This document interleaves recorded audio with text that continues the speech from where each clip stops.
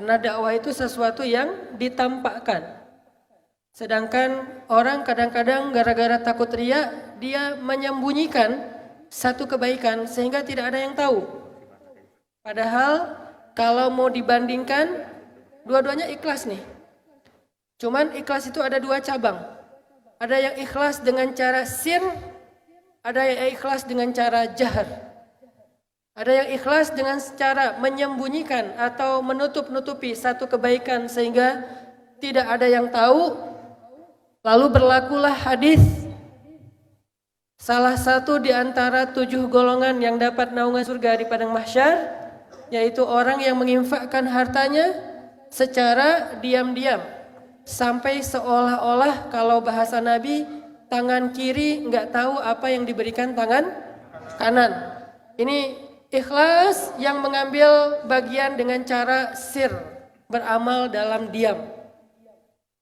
Tetapi nanti ada juga ikhlas, tapi dia dengan ekspresif, dengan cara yang ditampakkan, ditunjukkan kepada orang banyak.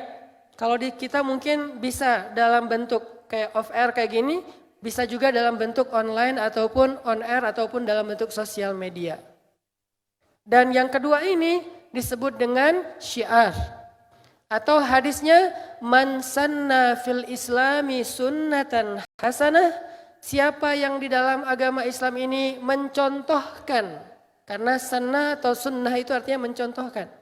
Siapa yang mencontohkan satu kebaikan dalam Islam, maka dia bakal dapat pahala dari setiap orang yang meniru kebaikan itu. Pertanyaannya adalah, gimana caranya kita mencontohkan satu kebaikan kalau kita nggak pernah posting? Gimana caranya ngecontohin kebaikan kalau nggak story? Gimana caranya kita nyontohin kebaikan kalau nggak live streaming? Ini bahasa-bahasa sosmednya. Gimana cara nyontohin kebaikan kalau kita nggak tampil di depan orang agar kebaikan ini kemudian ditiru oleh orang lain? Itu tidak bisa terjadi.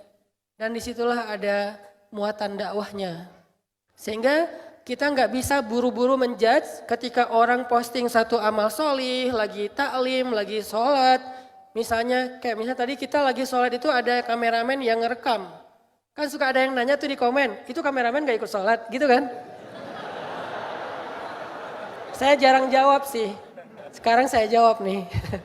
Mudah-mudahan silahkan diviralkan. Kalau ini saya ridho.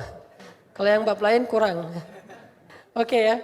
Terus gimana tuh dengan kameramen kok nggak sholat? Nah ada dua kemungkinan. Dan dua kemungkinan ini adalah bagian kita berhusnuzon. Satu, kamera stillnya on terus dan dia ikut sholat. Dia taruh kamera still di depan. Udah gitu udah di-onin dan dia sholat. Cuman mungkin nggak takbiratul ihram bareng karena dia kayak nyeting-nyeting dulu gitu kan. Atau kemungkinan kedua, dia akan bikin jamaah sendiri nanti setelah beres jamaah utama dengan sesama panitia. Dan itulah yang biasa kita lakukan. Kalau acaranya yang di luar kota, nah kemungkinan lebih logis lagi adalah karena kameramen panitia ini rata-rata dari teman-teman yang ikut keluar kota, safar, berarti dia sudah menjamak tadi di waktu maghrib.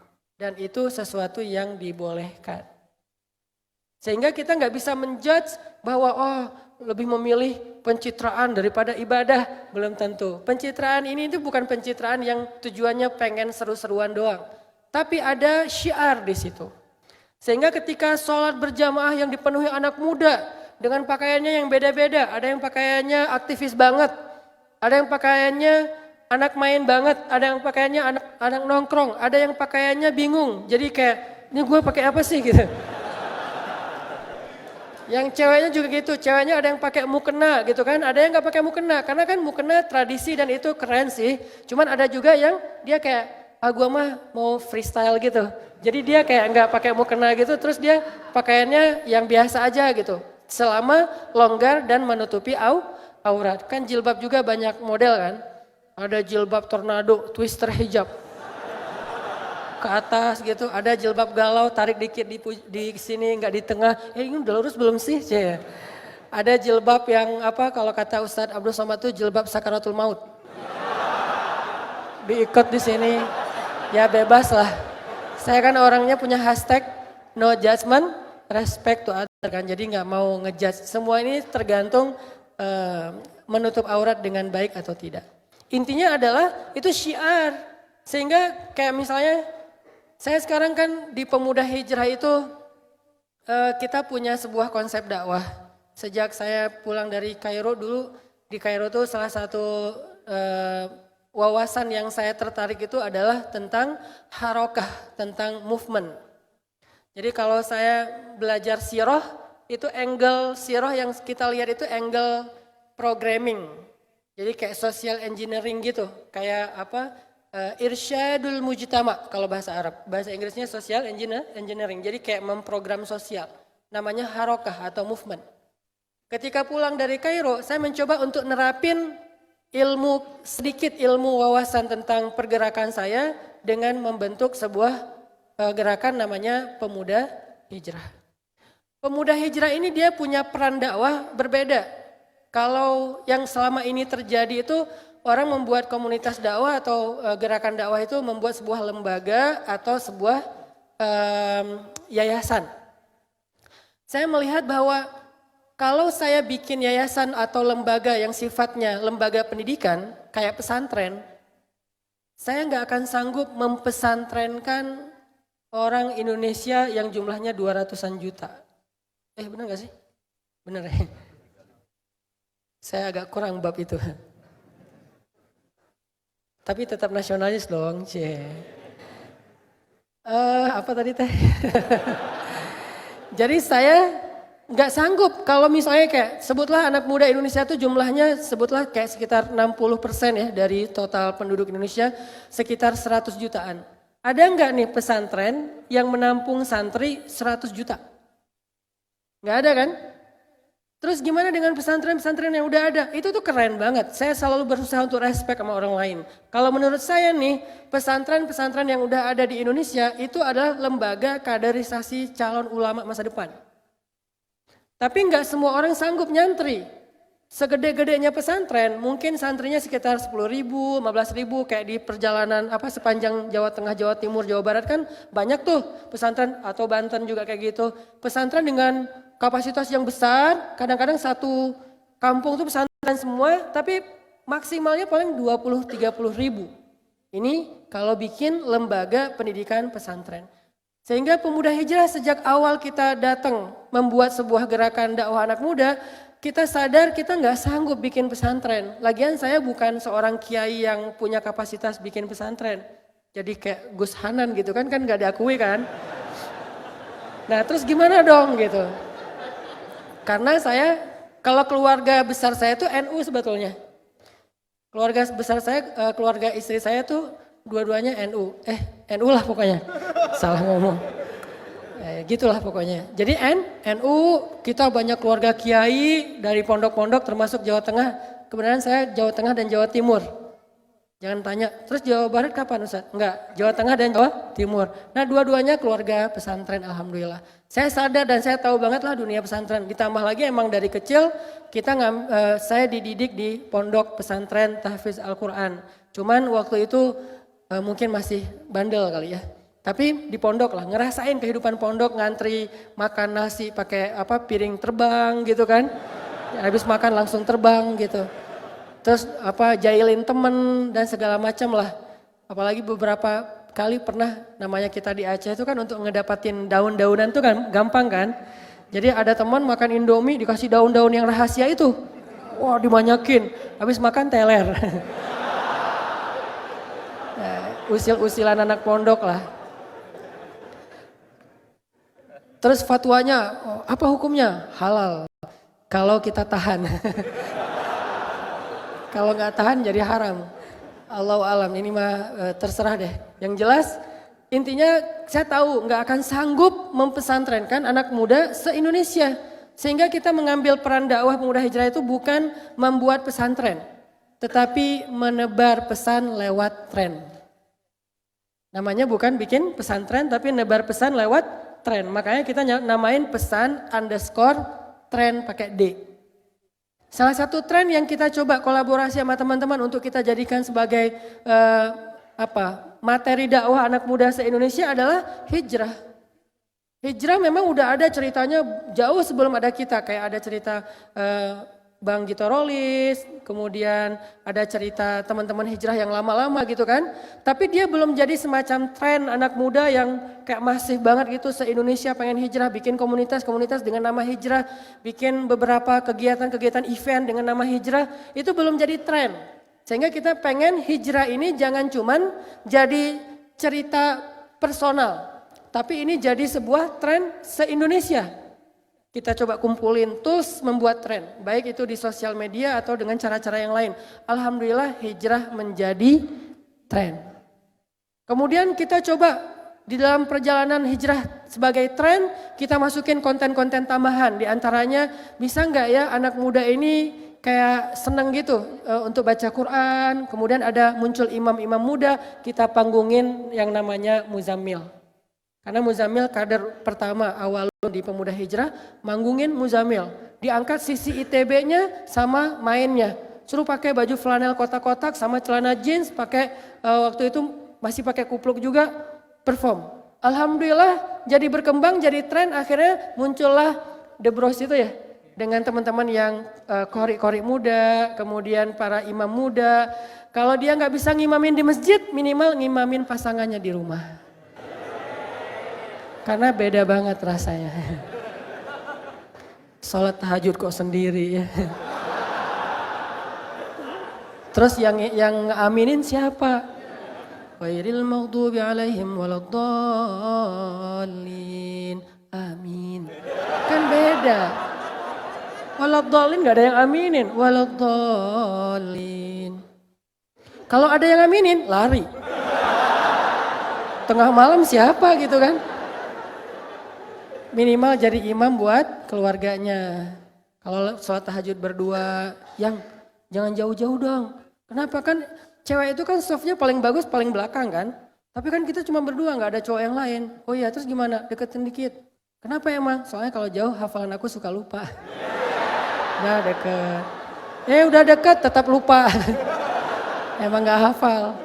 Kalau udah lupa ujung-ujungnya Qul huwallahu ahad. Tadinya udah pede banget mau baca ayat kayak ayat yang jarang dihafal orang gitu kan. Wah nih kayak gua nih, kayaknya nih bagus nih ayatnya. Bacalah di tengah-tengah surat apa gitu. Sebutlah misalnya kayak di tengah-tengah surat Maryam. Wadhkur fil kitabi Maryam idza tabadat. Aduh perasaan tadi kayak lancar gitu ya. Pengalaman orang hafal Quran ini katanya nih, karena saya belum hafiz, kata orang-orang teman-teman penghafal Quran, kalau pengen nguji hafalan kita bagus apa enggak, lihat di dalam sholat. Tapi jangan langsung ujuk-ujuk pengen jadi imam ya. Baru hafal satu halaman, tiba-tiba berdiri di saf depan. Begitu iqamat kayak kedorong gitu, siapa sih yang dorong gua? Tiba-tiba pengen jadi imam aja. Ini bukan saya loh ya, saya kayak didorong-dorong gitu. Dah, jangan, tes sendiri aja. Karena kenapa? Kayak kalau di luar sholat kita baca hafalan kita tuh, itu ada sugesti kalau kita masih bisa salah buka Quran. Kalau di dalam sholat kan nggak mungkin kan, masa nyari-nyari Quran atau buka handphone cari aplikasi, aduh ini error lagi handphonenya, susah kan. Nah akhirnya kalau dia di dalam sholatnya udah lancar, biasanya hafalannya udah lancar. Wadhkur fil kitabi Maryam idza tabadat. Tabadat apa ya? Udah 3 kali ngulang nggak beres-beres. Qul huwallahu ahad. Balik lagi ke Al-Ikhlas. Karena yang lain dia nggak ikhlas ria gitu. Cuman itu doang yang ikhlas gitu. Siapa juga yang mau ria Al-Ikhlas. Gua baru hafal nih surat apa? Al-Ikhlas. Enggak, itu mah biasa aja. Semua orang juga hafal. Walaupun keagungannya pasti bukan biasa aja, luar biasa. Intinya saya kayak kepikiran gimana ya caranya biar anak muda se-Indonesia itu juga ngerasain yang namanya konten-konten pesantren. Tapi dengan tampilan yang mungkin lebih santai, lebih light, lebih ke anak muda lah, lebih gampang untuk dicerna. Sehingga kita bikin dakwah dengan konsep pesan_tren, menebarkan pesan lewat tren. Dan itu alhamdulillah dibantu sama teman-teman dari musyawarah luar biasa. Dan ke depan nanti akan ada kejutan-kejutan lain, surprise yang lain, susuripis ya. Banyak surprise lain dari program dakwahnya anak muda insya Allah.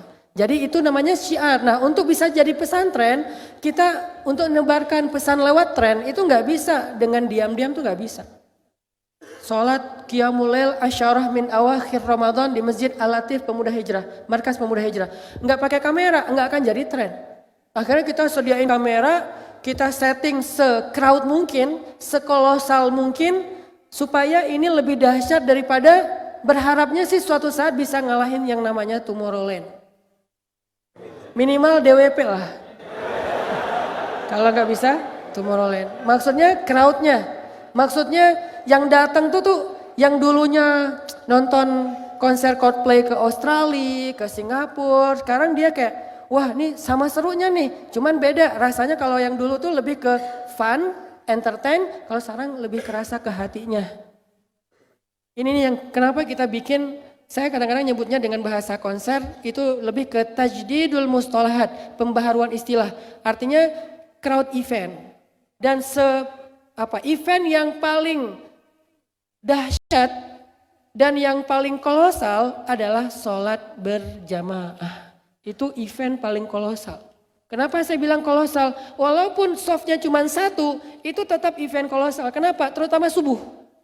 Inna Qur'anal fajri kana masyhuda, kata Allah. Sesungguhnya bacaan imam di waktu fajar yaitu subuh masyhuda, disaksikan, ditonton, di-view oleh siapa? Allah dan para malaikat. Jadi itu kayak live streaming gitu. Terus viewernya siapa? Viewernya Allah dan malaikat. Emang ada ayatnya Ustaz? Tadi itu ayatnya. Inna Qur'anal fajri, sesungguhnya performance imam. Kok terjemahannya jadi gitu sih Ustaz? Ini terjemah namanya masal. Arti masal perumpamaan. Saya dulu di Mesir kan belajar tafsir. Salah satu kaidah bahasa Al-Quran adalah analogi. Masal. Masaluhum kamathalil ladzi istawqada nara. Alam tara kaifa daraballahu mathalan kalimatan thayyibah kasyajaratin thayyibah. Masal, perumpamaan. Dan Allah kadang-kadang ngambil bahasa perumpamaan itu yang sesuai dengan konteks ayat ketika dia turun. Orang Arab paling common itu kalau dipakai perumpamaan korma, apalagi onta, apalagi gunung Uhud, padang pasir gitu kan. Indonesia dengan konteks anak muda sekarang yang katanya diistilahkan dengan milenial, maka bahasa perumpamaan yang paling gampang difahami oleh kita itu adalah bahasa sosial media. Itu namanya masal, itu bukan ngada-ngada dan insya Allah nggak bid'ah lah. Karena pakai ilmu, ada kaidahnya, ada rumusnya. Dan itu disebut dengan lisan kaum, bahasa segmen. Kata Allah, inna Qur'anal fajri, sesungguhnya performancenya imam membaca Al-Quran ketika dia ngimamin sholat subuh, karena masyhuda, itu live streaming. Viewernya Allah dan malaikat. Jumlah malaikat lebih daripada 70.000 malaikat. Berarti itu crowd event yang cukup kolosal. Sehingga kalau kita mau ini jadi tren, sehingga sholat subuh, kemudian juga sholat Qiyamul Lail dijadikan kayak event yang kadang-kadang sekarang malah bikin event tengah malam juga orang datangnya berbondong-bondong kan. Kayak pameran buku yang kemarin itu, cuman kemarin pindah ke Bandung ya. Biasanya kan di Jakarta tuh, itu kan 24 jam kan. Malah banyak yang datangnya tuh jam 12 malam. Atau bahkan dia tahajudnya di event itu. Dengan cari-cari buku yang harganya miring dan bukunya tuh kualitas internasional. Dan tengah malam aja masih pakai kuota. Masuk, yang lain tutup dulu. Terus yang udah di dalam keluar, dibuka lagi. Saking eventnya tuh kayak keren banget lah gitu. Nah sholat, kita pengen lebih dari itu. Sehingga untuk bisa menjadikan sholat sebagai kolosal event, kolosal konser, yang anak muda itu menghadirinya kayak nonton konser, bahkan ini nggak perlu bayar, tapi kalau konser itu apalagi kayak konser internasional tuh bayarnya bisa ratusan ribu sampai jutaan, itu tuh harus ada tools menjadikannya sebagai tren. Bahasa Islamnya tren, syiar. Ada nggak ayat tren di Al-Quran? Ada. Salah satu ayat tren di Al-Quran adalah wa ra'aitan nasa yadkhuluna fi dinillahi afwaja, dan engkau menyaksikan manusia memasuki agama Islam berbondong-bondong. Jadi trending banget. Semua orang berbondong-bondong di sini, artinya per komunitas datang, per kelompok datang, per grup WhatsApp datang, terus juga yang influencer-influencernya datang, kemudian selebgram-selebgramnya datang dengan followersnya yang sekian. Ini namanya afwaja. Kalau dalam bahasa Al-Quran. Kalau dalam konteks kita jadi trending banget. Semua orang nge-follow, semua orang ngikutin activity tersebut. Ini termasuk ayat tentang pentingnya tren yang dalam bahasa formal dari dulu itu adalah syiar.